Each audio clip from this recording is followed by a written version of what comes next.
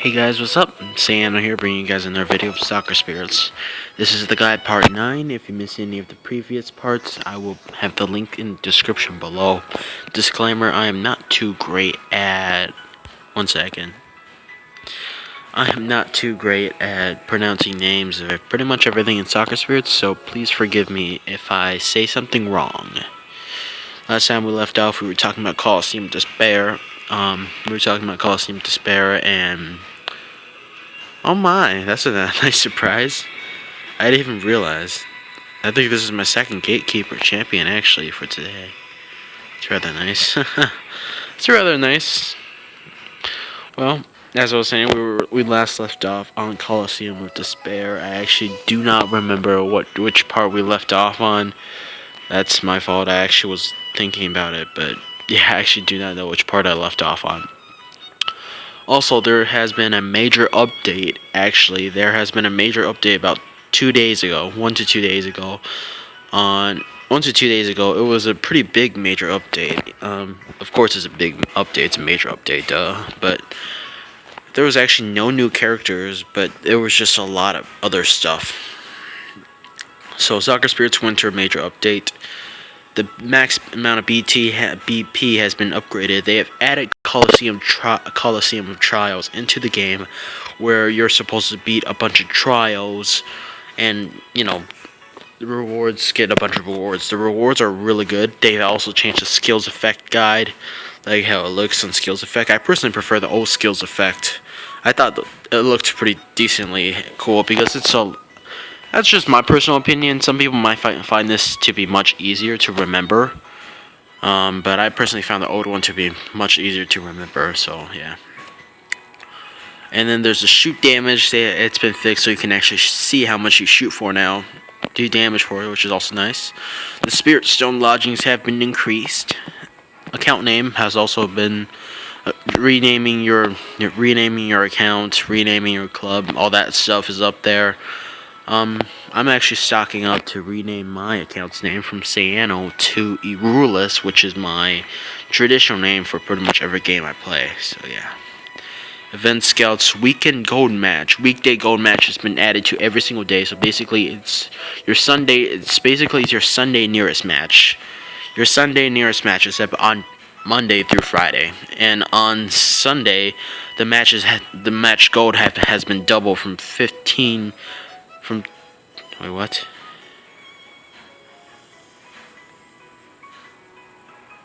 Oh, okay, I'm a bit confused, but yeah.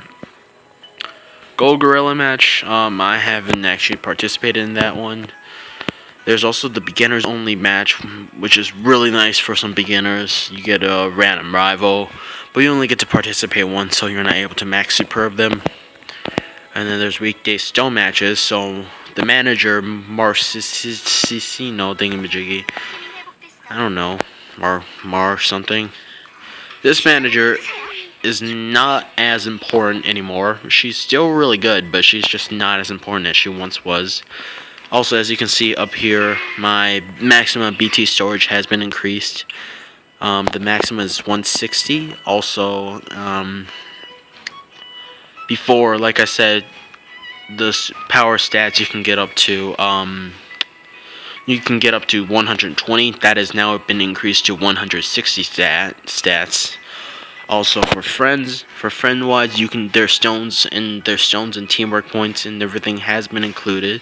So let's say take out Toxin here.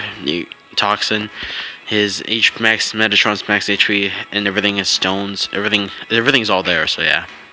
You can also view in detail if the opponent or friend's stone. Now you can actually view for what they are to prepare yourself, which is really nice. This is just pretty much a big update to like fix stuff, add stuff, and just renovate the gameplay. There hasn't been new content about characters and stuff, but it's a lot of renovation. I don't know if this has brought up people back to play some Soccer Spirits or not, but I think it's a pretty good update.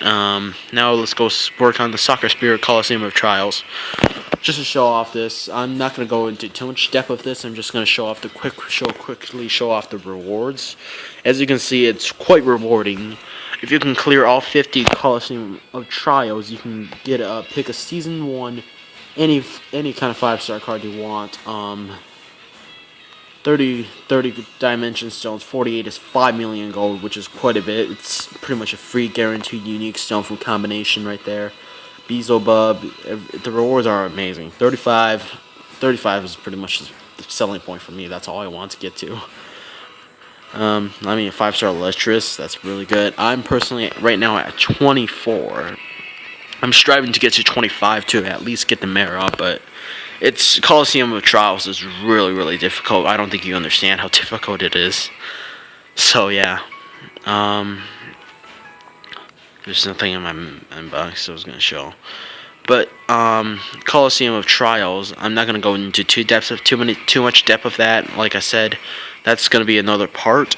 So this is part 9. There will actually probably be about 11 to 12 parts of this series actually due to this major update.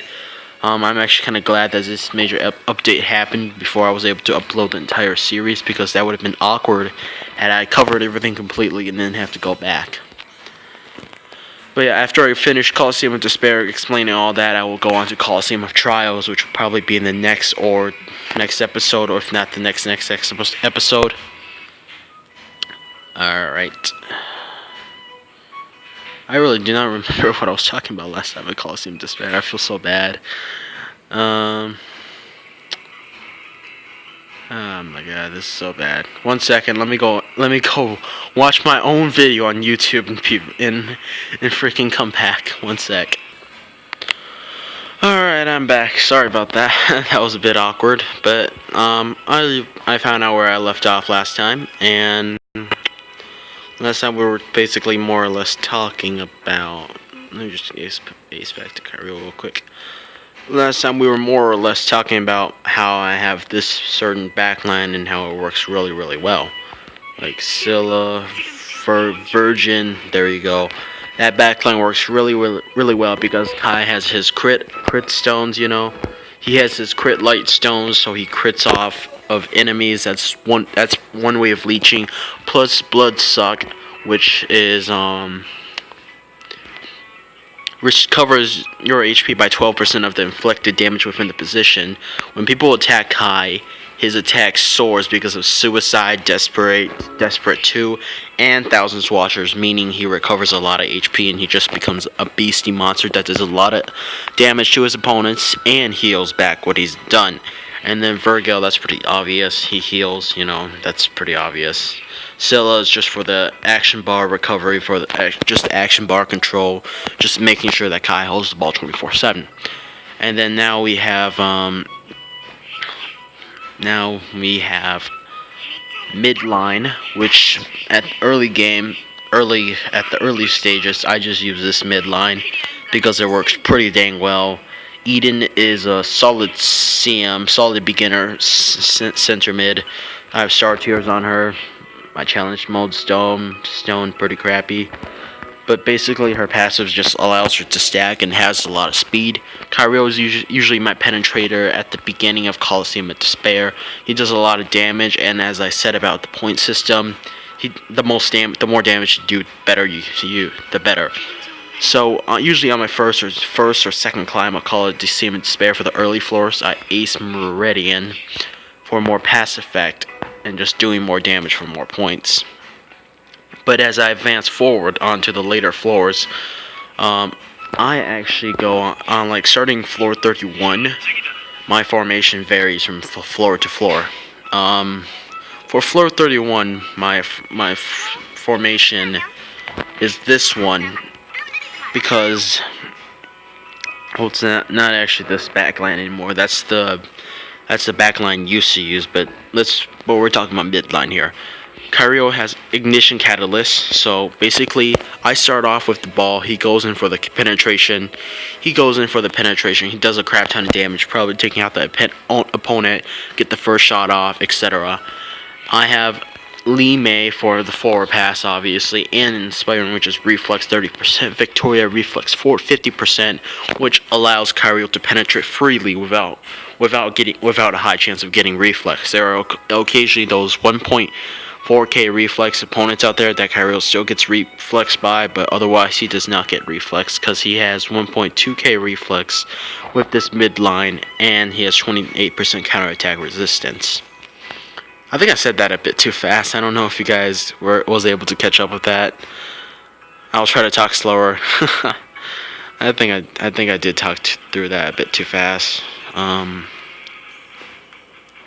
Oh yes, also arena. That's actually no. I shouldn't get off task. I can talk about the arena a bit later because the arena did get changed in the major update. So there are also some other midlines to use depending on the situation, depending on the floor. Like floor 32, Vanchi cannot kill Robin. It's just elemental disadvantage is actually massive. So for floor 32, I use something along the lines of this. I take IC off Kyril. I go forward midline, and there's not much meaning to this other than the fact that I'm just trying to 1-hit KO here because I have Meridian Ace. One sec.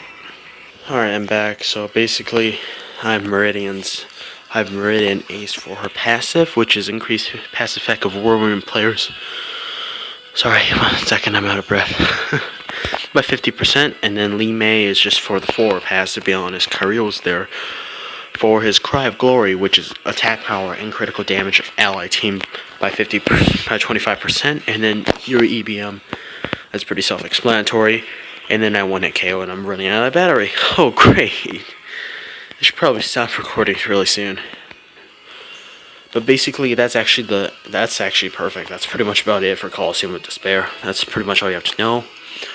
I will still have the link to that website about Coliseum of Despair in the link in the description below, just in case you missed out on the last episode. Alright, so I'm just going to do this quick part about Arena, and I'm just going to call it quits. So, as you can see, I have a 12 win streak. My attacking power and HP is up by 35%.